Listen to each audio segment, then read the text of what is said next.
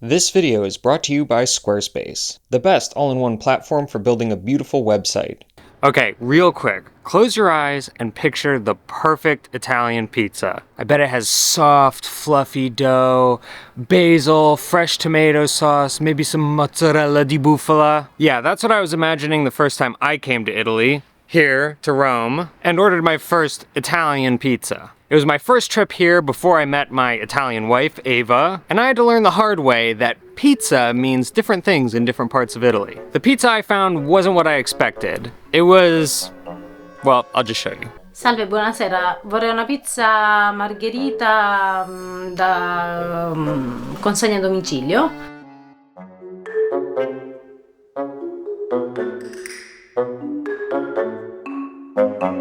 Okay, well that didn't happen when I first ordered a Roman pizza, but otherwise that looks about right. This is the traditional Roman pizza that you have in most of the pizzerias here in Rome.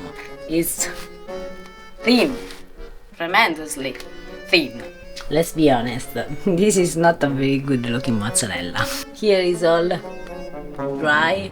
So what do you have in mind when you think of pizza? An Italian pizza is the real Neapolitan pizza. But then if you're in Rome and you order a pizza, that is not what you get. This is what you get. As you can probably tell, Ava is not the biggest fan of Roman pizza. But there are a bunch of Roman pizza variations that Ava does like. Which is why tomorrow, very first thing, we're gonna hit the streets and go find some. Well, maybe not very first thing. We should get some coffee first.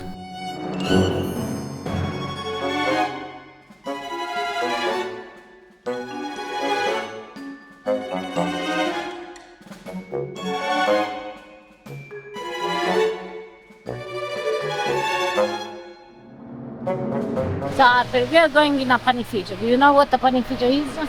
I think that's a bakery. It's a bakery, yes. And we are going to take something that is made just in the bakery. We hope to find it warmer, but actually also cold. It's very good.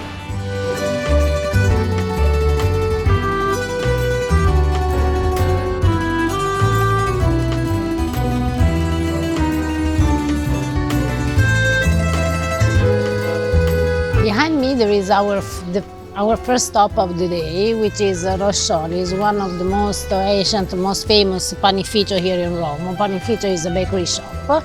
And we are going to have this pizza that you can find just in the bakery shop here in Rome.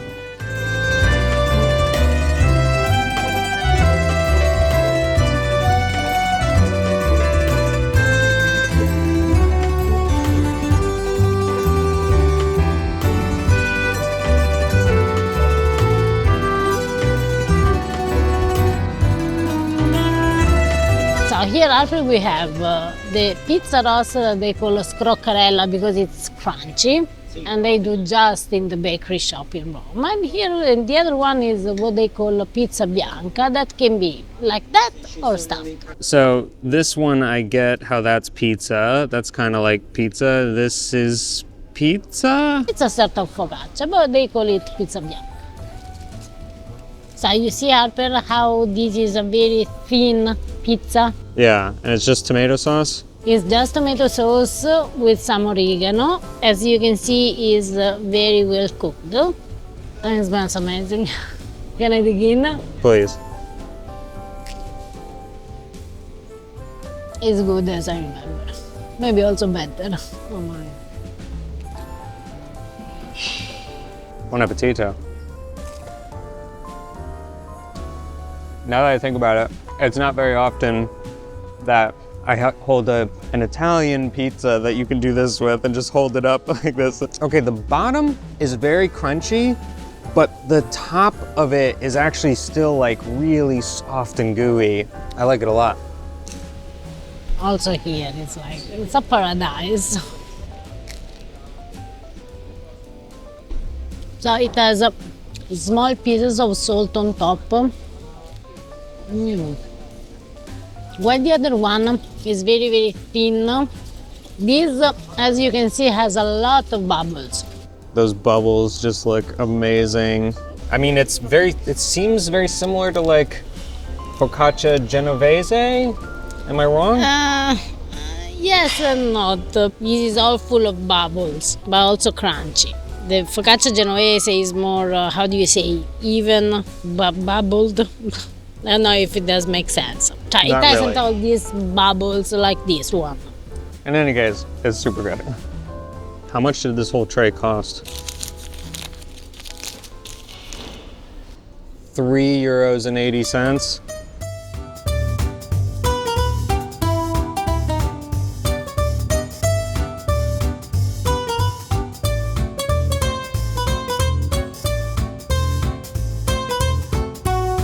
What is that?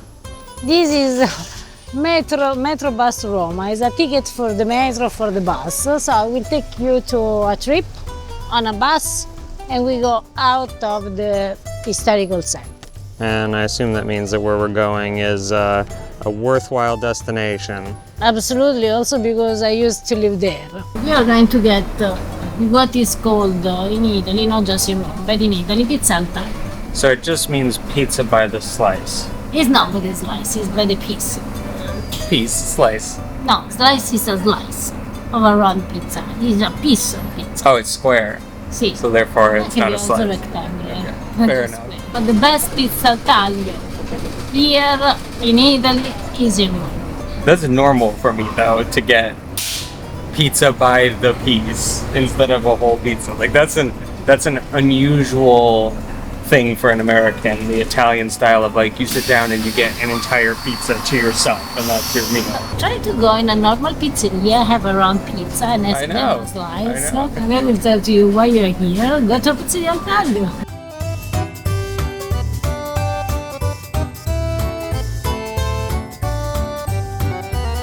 We are on Via Nomentana. It is this big street that starts from the center of Rome until outside of Rome. And this was the place where I lived for 8 years of my life. It's closed. It's closed? It's closed. There was written that it's always open. I checked on Google, they said that it was open. So we came all the way out here for nothing? See, Well, at least you can show me where you used to live. I'm sad. I'm very sad. Can we find this kind of pizza somewhere else? No, not so good. Not so good. This is the best place? This was one of the best. Down there, that was my home.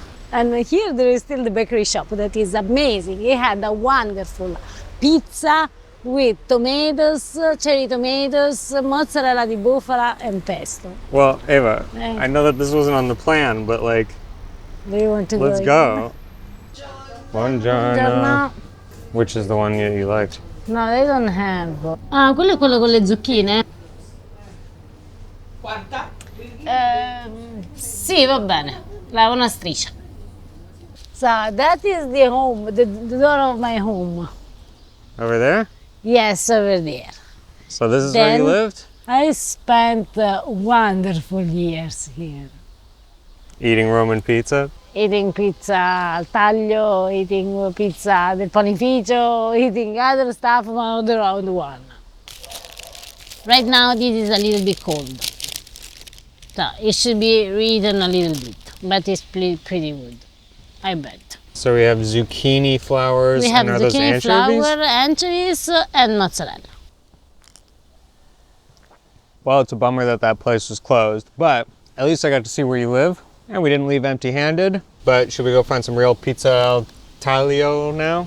Sì, Harper, let's go.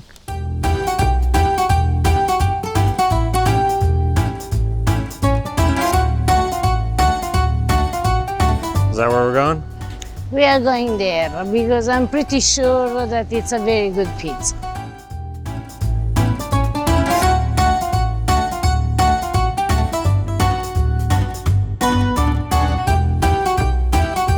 Un pezzo di pizza con le patate e un pezzo di margherita.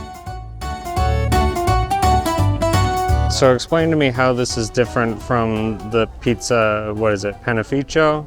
Pizza al taglio is a little bit thicker with several toppings on top. They can be hot toppings or cold toppings, because you saw inside also, for example, tuna fish, shrimp. You find also, for example, the bresaola, the mortadella for the stuffed one. Here we have classical margherita, pomodoro and mozzarella, and here is another specialty from Rome, that is pizza with potatoes. It smells always amazing. Also this. Buon appetito! It's good. So I love potato pizza. It's one of my favorite discoveries, thanks to you, Ava. I've never had it quite like this though, where the potatoes are kind of like thinly, what would you call that? Shaved. Shaved potatoes, yeah.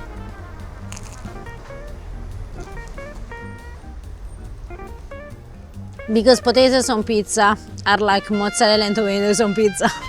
It's so good.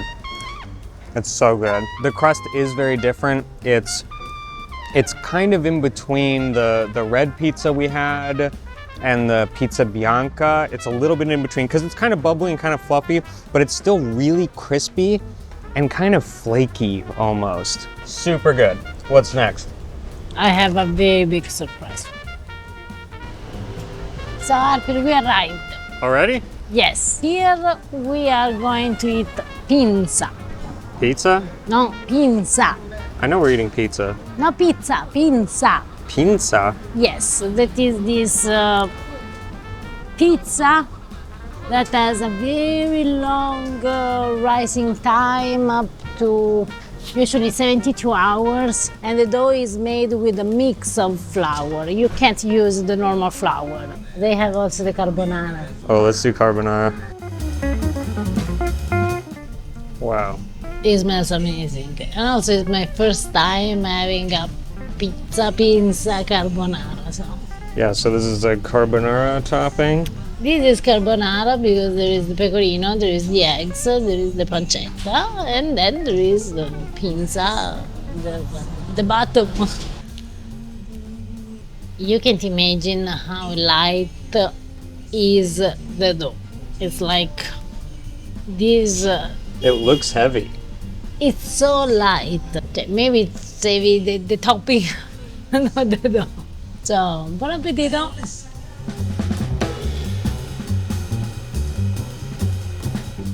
Wow, the carbonara.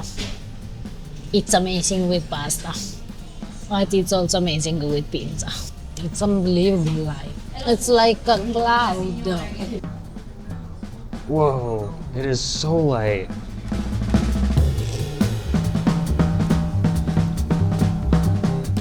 Whatever they do with this dough, the long rising time, it's incredible. It's just like dissolves in your mouth, and yet it's still so like solid, you know?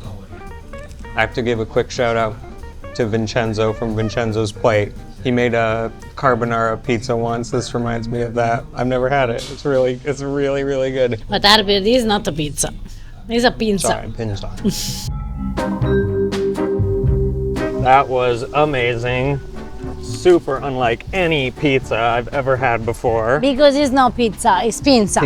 Pinsa. Do you have some room still in your stomach? A little bit, pretty full of pizza. No, I have another thing that I need to show you. Okay, I think I can make space.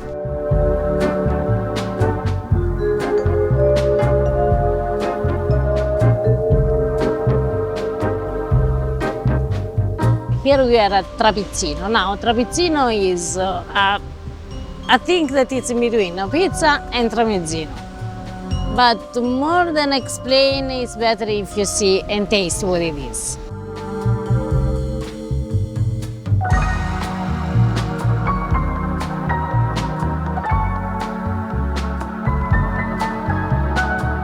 Un trapizzino con pollo alla cacciatora.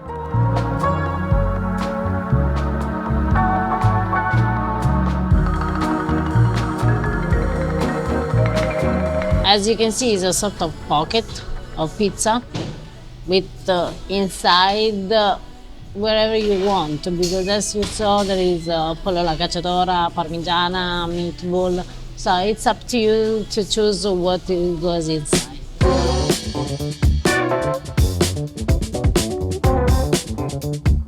This is the first time then I can say that chicken and pizza, they go very well together. Because usually, as you know, I don't like chicken on pizza. In this case, yes, they work. Even though out of everything we've tried today, this one is like the least like pizza, it's maybe my favorite of the day. It's really amazing. Yes, because there is the chicken arbor.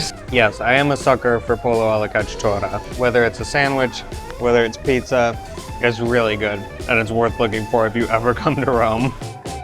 I am stuffed. So, Arbor, you are satisfied?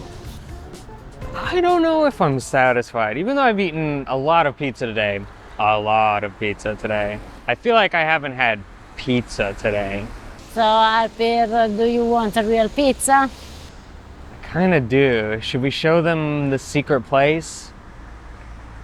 Before we share our super secret pizza place, a quick word about today's video sponsor. Do you have an idea for a business you've always wanted to start but you don't know where to begin? One of the first steps you need to take care of is starting a beautiful website. A website is a really important place to tell your story, to start growing your brand, to connect with clients and customers. It doesn't have to be a daunting process anymore thanks to Squarespace. It's so easy to make the website of your dreams. If you don't know where to begin, you can start with one of their beautiful custom templates. They have thousands of them. Then you can customize it to your needs. You can also start from scratch, which is really easy because everything is kind of click and drag, point and click. So you don't need to know how to code, you don't need to know HTML, anything like that. If you're into e-commerce, Squarespace is a one-stop shop for you. You can make an online store with all of your products and your listings. You can manage your inventory. You can take secure payments right there on your website. Once you have that store, you gotta make sure that people find your website. That's where Squarespace's SEO tools come in handy. Search engine optimization basically means that your website will rank higher on Google so that people have a better chance of finding you.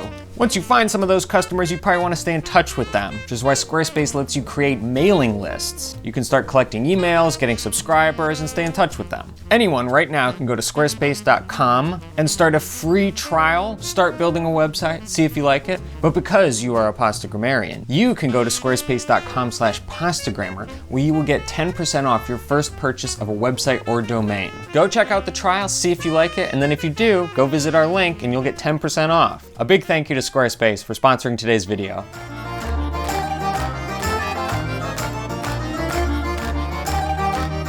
So as you can already see, pizza means something very different here in Rome. Really what I've learned is that the food of Italy is so regional.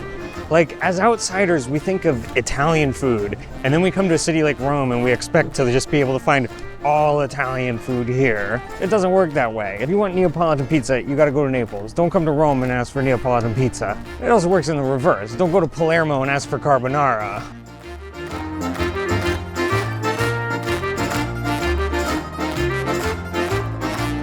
So, while it's true that in general, you should never come to any Italian city and expect to find a well-made dish that comes from a completely different region, it's also true that if you know where to look, you can usually find it. And in this case, one of the best places to look is the train station. Believe it or not, they have an amazing market inside, and there you will find a Neapolitan who knows his way around a pizza oven. And it's where we come every time we're in Rome to get a pizza.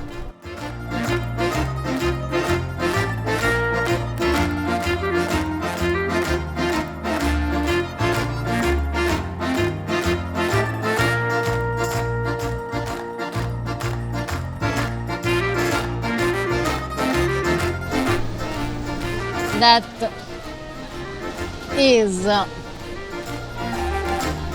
Pizza. It is pizza. Yes, you're right. That is pizza. Look, I loved everything. I loved the pizza scroccarella, pizza bianca, Pinsa. I loved everything. But this is, how do you say in English, meatball?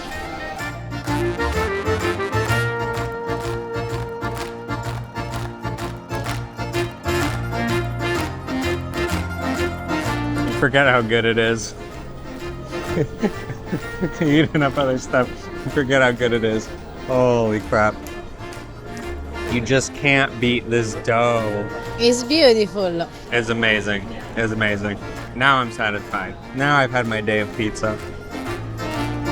Guys, thank you so much for watching. We hope you enjoyed our little pizza tour around Rome today. Speaking of pizza and Neapolitan pizza, we're actually going to be in Naples next. So if you haven't already, hit that subscribe button. Follow us on social media at Pastagrammer, and we'll see you next time.